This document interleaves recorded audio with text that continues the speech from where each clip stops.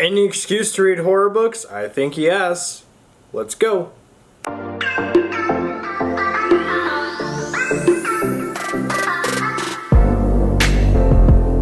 Welcome back to my channel, guys. I'm Zach with Zach's Books, and today I've got for you 5 horror books that were recommended by Gabby Reads.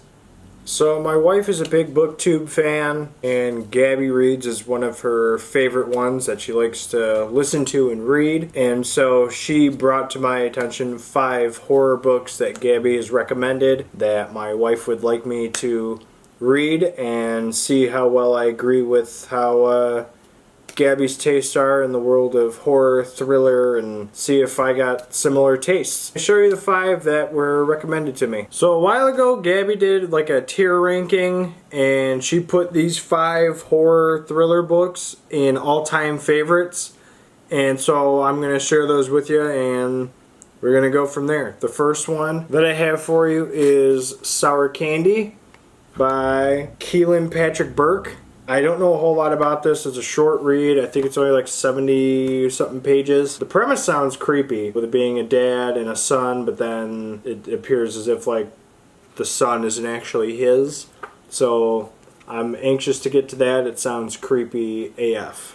Next up is Bird Box. Don't know a whole lot about this one either, except for like the little itty bitty clips I've seen like on YouTube involving like blindfolds and not being able to see outside, which was a Netflix movie, I think, with Sandra Bullock. I mean, it seems really interesting. It seems pretty eerie, so can't wait to give this a read and see how I rate it. Next up is The Cabin at the End of the World by Paul Tremblay. I don't know a whole lot about this either, so I'm excited to get to this. I mean, she put in her all-time favorite ranking list, so we'll see how I like it. Stephen King said Tremblay's personal best. It's that good, and you know, if King likes it, it's got to be good. So this is Cabin at the End of the World. So for the next 2 I have, it's kind of cheating, but I wanted to include them because I agree with what she said, and I do recommend these as top tier horror thriller ranked books. They are in my top 3 favorite Stephen King books of all time, so I want to show you those as well. The first one I have is Pet Sematary. Gave this 5 out of 5. No way I could have ranked it any lower than that. It's in my top 3 favorite Stephen King. So Pet Sematary. The next one is also my top 3, and that is The Shining by Stephen King. It's not much really downgrade on this book. It's really fantastic. It's a really good read. I really love it, and I give it 5 stars. I highly recommend it as a horror thriller to read, and I would definitely put this in my top tier ranking of horror thriller books. So besides the 2 Stephen King books, those are the ones I'm going to be reading for you. Sour Candy, Bird Box, and The Cabin at the End of the World. So stay tuned, and you'll be watching me give them a read, and then I'll let you know what I think. We'll see you in a bit. How are you liking the book so far?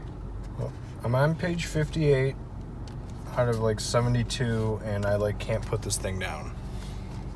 Sour Candy by Keelan Patrick Burke. It's very good, and I highly recommend it. So far, it's pretty much been like a 5-star. So it's a short read, and I can't put the darn thing down. So Gabby recommended a good one? Yeah. So there's 2 more. Bird Box and Cabin at the End of the World, I think, is the other one. Yeah. And we're going to be doing those later today. But so far this has been very, very flipping good.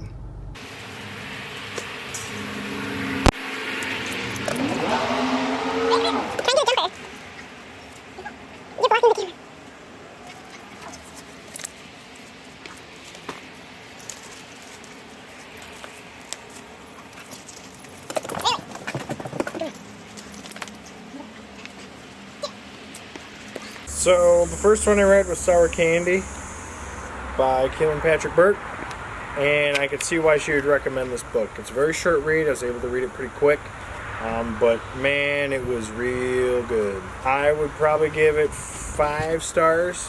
It was just really good. I don't want to spoil anything, but it's eerie, it's creepy. You kind of feel bad for the main guy in this, because I mean, he didn't really deserve what happened to him, and it happened to him. All I can say is don't take candy from little boy to store. Don't do it. Starting off this strong, next one up is going to be Cabin at the End of the World. We'll see you guys in a bit. Alright guys, so now I'm going to be starting the Cabin at the End of the World. I'm going to be doing this as a physical read as well as some audio. And I'll be hitting you guys up when I have any updates. So other than that, let's get started.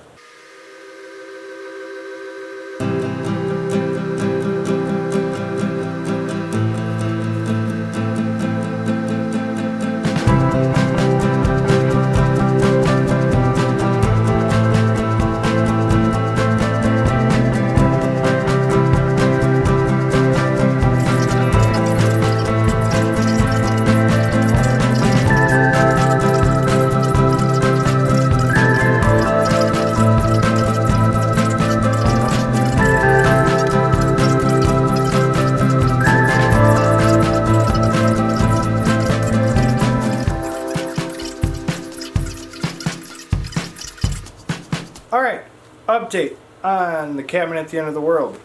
So I'm on page 140, and so far a group of 4 people have come to this cabin where Wen and her 2 dads are staying at, Eric and Andrew. And they pretty much, these 4 people, the main one's name is Leonard, and he's the one who kind of came up to Wen and kind of was like explaining to her like, what we're about to do isn't your fault. It's not your parents' fault, but you guys need to let us in and we gotta talk to you. So the parents are like, no, we're not letting you come in. And eventually they break in and they're like, look, to make this stop happening, you guys have to make a sacrifice of one of your 3. And family's kind of freaking out about it, and they had to break in to get in because the parents didn't want to let them in. And so we're at the point now where they're kind of complying with their needs and wants, but every day that they don't make the sacrifice, something bad happens. So like a big tragedy just happened in, I forget what town it was, but a tsunami hit and it pretty much leveled the entire town.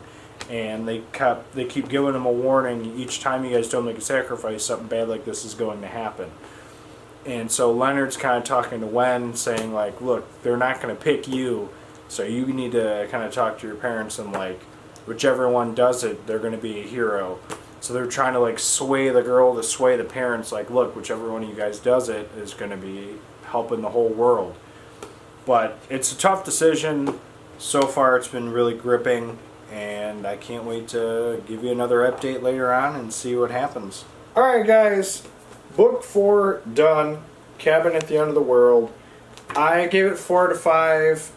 If you've read the book, you know there's a part in the book kind of towards the middle 3/4 range that's kind of upsetting. From that point on, the rest of the book is just pretty, I mean, it's still solid, but just it's just an upsetting part to the book.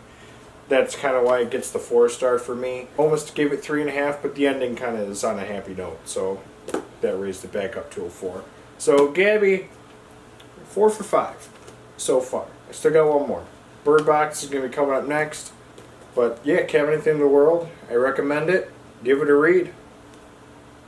On to the next one. Alright guys, I'm on chapter 30 now. I'm a little over halfway. And so far, it's been pretty good. I like it. The eeriness in the house that everyone's kind of in. Mallory is pregnant, and so is Olympia, I think that her name is. They took her in after Mallory. It's kind of told in 2 separate like stories. So every like odd chapter is Mallory and 2 kids on like a boat, and every other chapter is Mallory in the house pregnant with a group of survivors. And I want to guess that the chapters with her and the 2 kids is like after the house and her surviving with the 2 kids.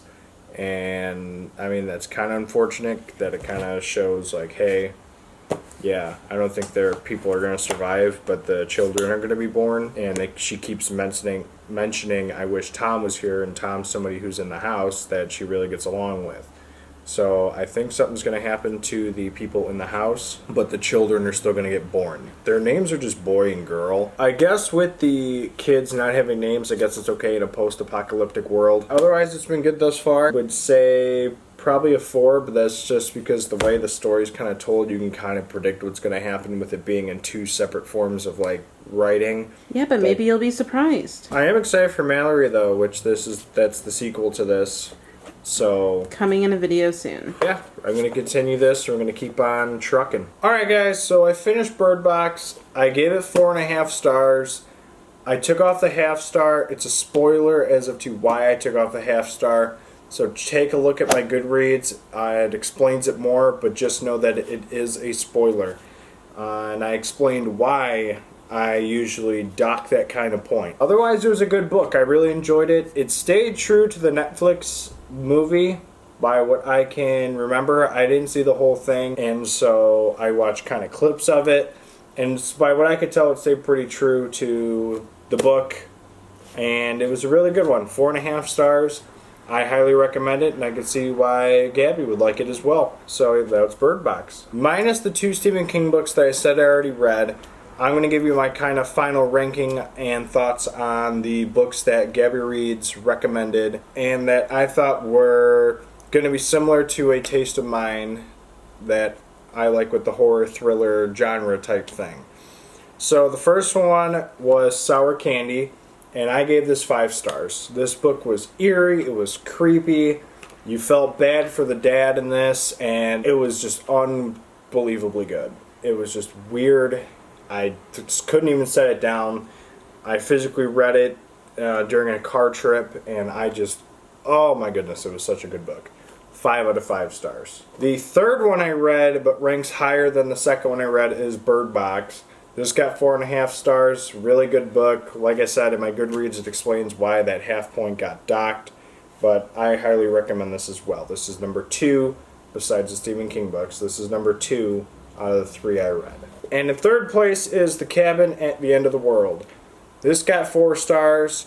It was a really good book. I'm not trying to spoil anything, but about halfway through, that's kind of another big no-no for me. If you read it, you know what it is. If you haven't read it, check out my Goodreads. I'll explain a little more. Spoiler. But yeah, 4 stars for this guy as well. Alright, so overall, between the 3 that I did read, there's a star rating of about 4.5 stars.